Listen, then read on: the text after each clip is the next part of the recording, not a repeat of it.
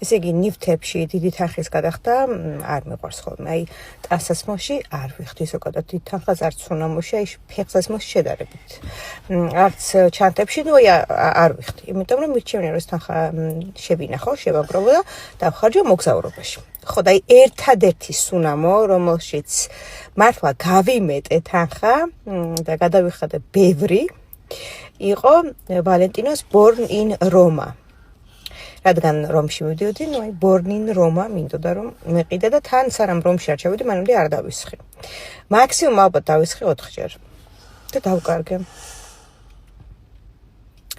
სავარაუდოდ ან აეროპორტში დავკარგე, ან თვითმფრინავში.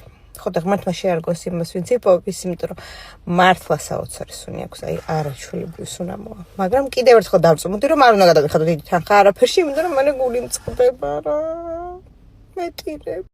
ჩემოდნები და ჩანთები გადავატრიალეს 2 დღე და იმედი მქონდა რომ მანქანაში იქნებოდა და მოვედი მანქანაში და არ არის.